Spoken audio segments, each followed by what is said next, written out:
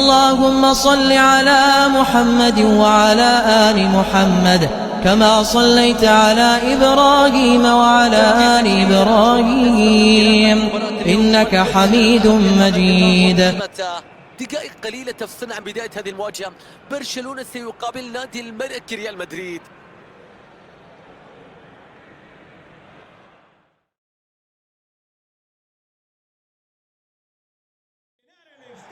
أعزائي المشاهدين، أهلا ومرحبا بكم. ليلة جميلة هنا والطقس رائع في ملعب المباراة. محدثكم فارس عوض من كابينة التعليق. لحظات تفصلنا عن هذه المباراة في إطار منافسات بطولة الدوري الإسباني. فريق برشلونة يواجه فريق ريال مدريد في انتظار أن نشاهد متعة وكرة قدم حقيقية جميلة بين الفريقين في أرضية الميدان.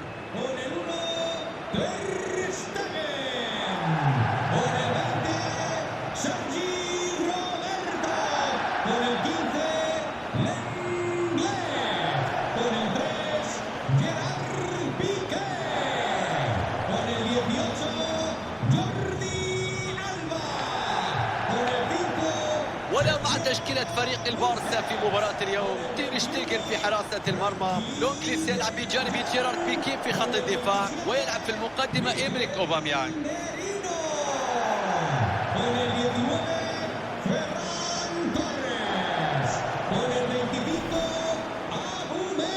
تشكيلة ريال مدريد الآن أمام حضراتكم. واضح استخدام طريقة 4-3-3 مع الاعتماد على المهاجم الوهمي.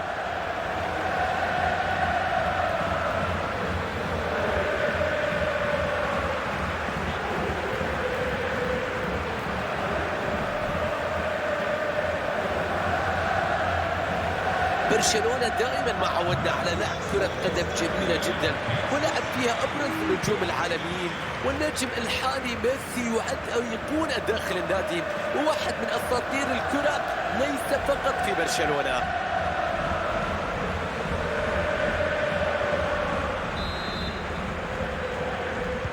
الآن ينطلق الكلاسيكو لتبدأ نبضات القلوب في التسارع في قمة كلاسيكية بين ريال مدريد وبرشلونة.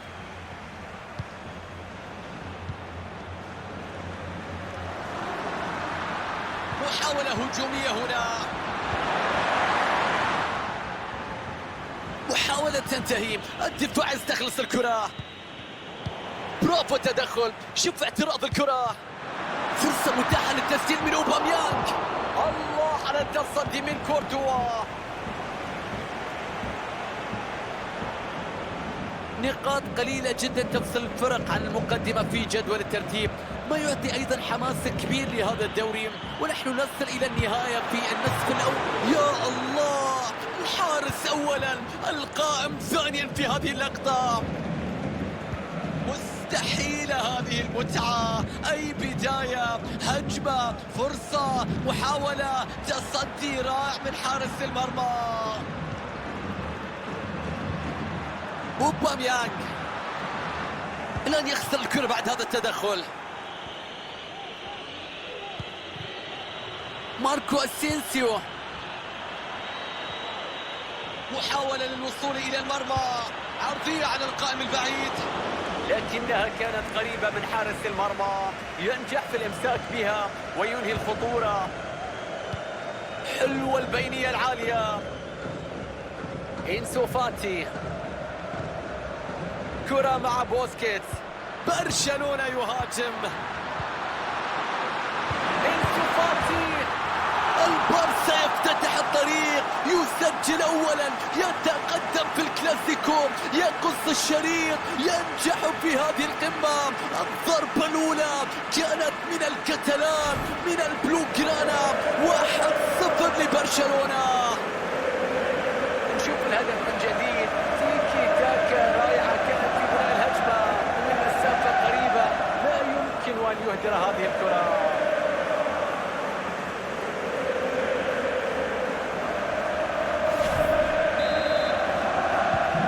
هدف أول في المباراة، تقدم الآن بهدف مقابل لا شيء.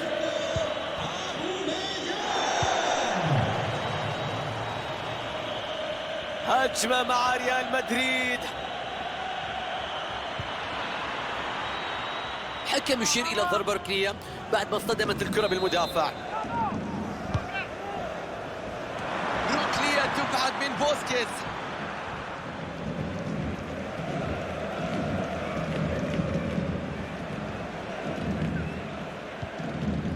جوردي ألبا ملعوب بين بيكي كليمان لانجلي. كرة مع بوسكيتس. الفريق يواصل احتفاظ بالكرة، نقلات مستمرة، البحث عن ثغرة، البحث عن مساحة، البحث عن فرصة للتقدم. مستحيل هذا التصدي، أي روعة، أي ردة فعل، أي إبداع، أي حارس مرمى. تنفيذ ركنية في منتصف منطقة الجزاء. العرضية لم تكن مثالية وبالتالي تنتهي ليد حارس المرمى.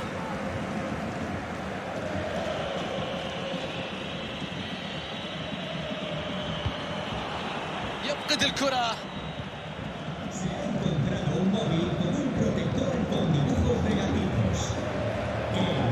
ضاعت الكرة على لاعبي برشلونة. كرة القدم ليست مجرد منافسة ولعب من أجل الفوز وتحقيق البطولات، بل تتميز بلمساتها الإنسانية الرائعة. نتذكر وتتذكرون في نيجيريا في 67 عندما ذهب بيليه للعب لمباراة ودية أثناء الحرب الأهلية هناك، وكيف توقفت الحرب لمدة 48 ساعة. الكثير من الشواهد، الكثير من الحالات الإنسانية التي تؤكد بأن كرة القدم أكثر بكثير من مجرد لعبة. فرصة لإرسال كرة من عمق الملعب بكرة عرضية، عرضية مبعدة من بيكي.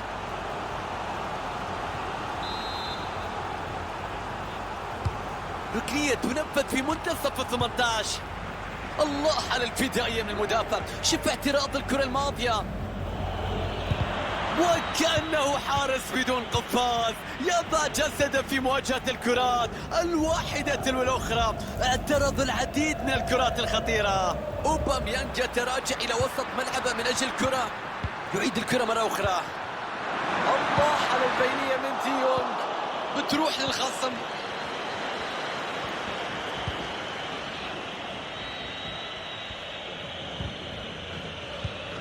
ديونج في المكان المناسب يقطع الكرة.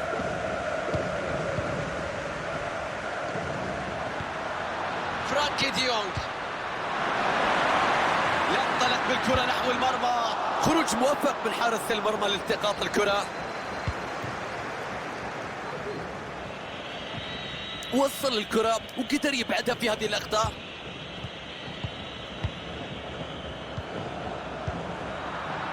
إنسو فاتي. مندي يتواجد في المكان المناسب. عرضية داخل البوكس. يفشل في إبعاد الكرة بعيدا عن مناطق الخطر. الحكم ينهي الشوط الأول والنتيجة 1-0. أعتقد بأن أوباميانج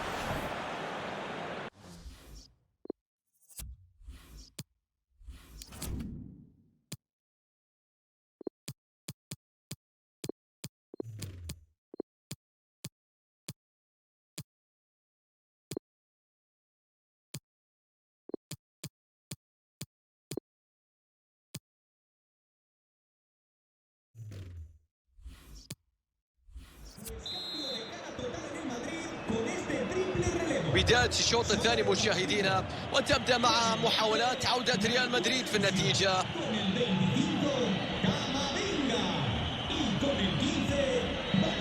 حلو التدخل واعتراض الكرة. إنسو فاتي. فرانكي ديونج. تمريرات حلوة وكرات ملعوبة من برشلونة.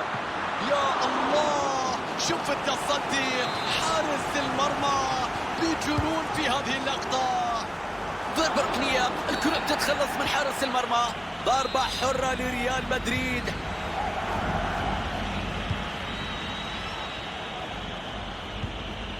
توني كروس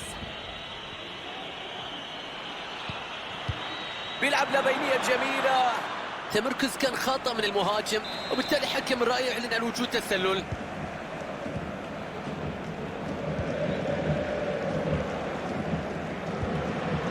بيكي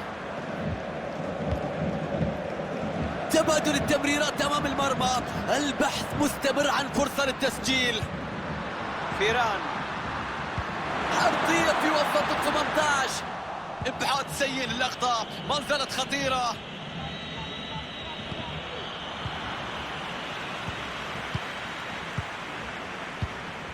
أوباميانغ، ديونغ،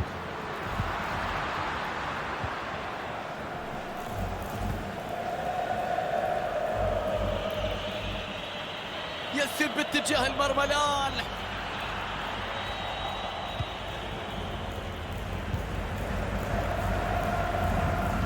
الثلث الأخير من المباراة يبدأ في هذه اللحظات، متبقي فقط 30 دقيقة. لديه فرصة لإرسال كرة عرضية، ممتاز المرور، بيعدي بيتخلص من الرقابة.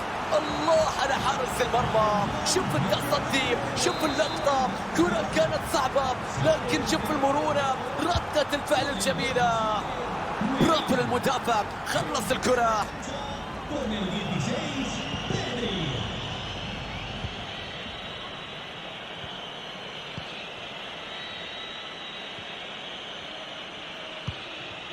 كارفاخال، انطلاقة هجومية لريال مدريد، عرضية تصل في وسط منطقة الجزاء لكن بتروح مباشرة إلى يد حارس المرمى وتنتهي خطورتها. تسويبة من كريم بنزيما، اعتراض للتسديدة في هذا المكان. جوردي ألبا، إنسو فاتي، كليمان لانجلي. تمريرات حلوة وكرات ملعوبة من برشلونة.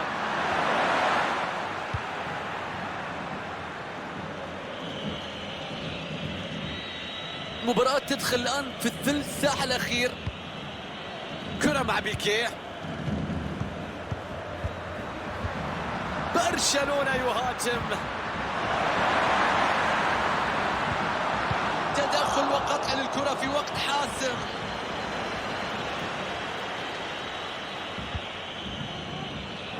يا سلام على التمريرة، مدافع يقطع الطريق بكل فدائية.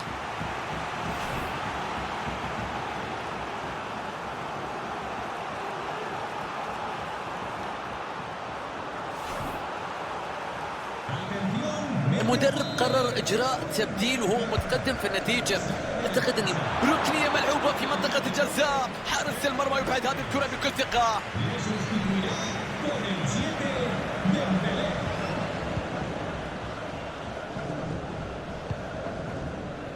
تمريرة يضرب فيها ظهر المدافعين، توقيت ممتاز في التدخل، ابعاد الخطورة في هذه اللحظات.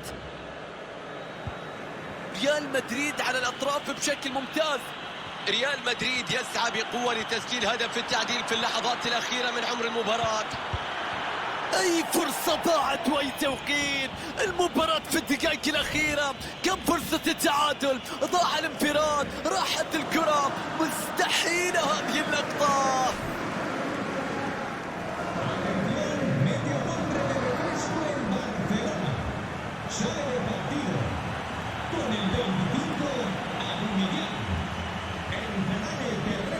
جيرارد بيكيه،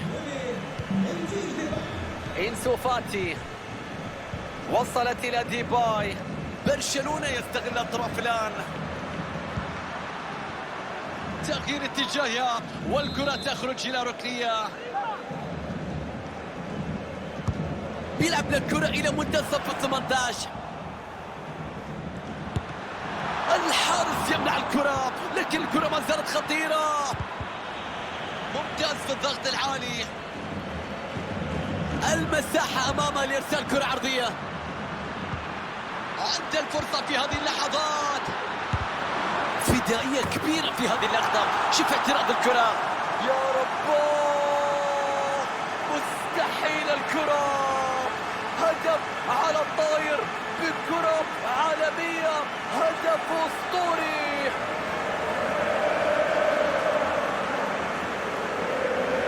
نلقي نظرة أخرى على الهدف ونشاهد كيفية توقع الكرة وكيف استقبلها وسجلها مباشرة. مباشرة على الطاير بدون تردد وبدقة كبيرة ضرب المرمى.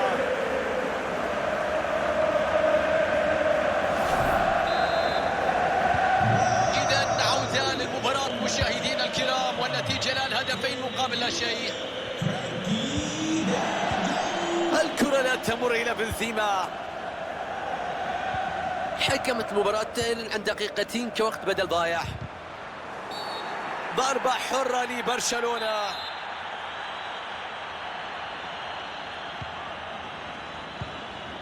فرصة لإرسال كرة من عمق الملعب بكرة عرضية. صافرة النهاية، ريال مدريد يخسر هذه المباراة. الخسارة دائما سيئة، الأسوأ عندما تكون مستحقة وبفارق هدفين. حينها عليك أن تدرك بأن عليك تصحيح الكثير من الأمور. هذه بداية مشوار التحسن. مباراة اليوم درس مهم جدا للفريق. اللاعب فرانكي دي يونغ كان متألق وظهر بأفضل شكل ممكن في أرضية الملعب. لعب دور كبير في انتصار فريق اليوم بالهدف اللي سجله.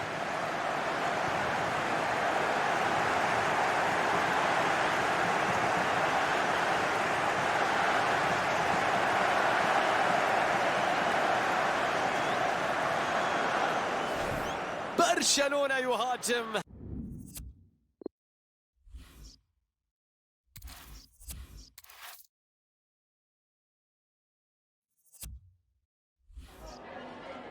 Tengo varias preguntas que hacerle, pero antes me gustaría dar...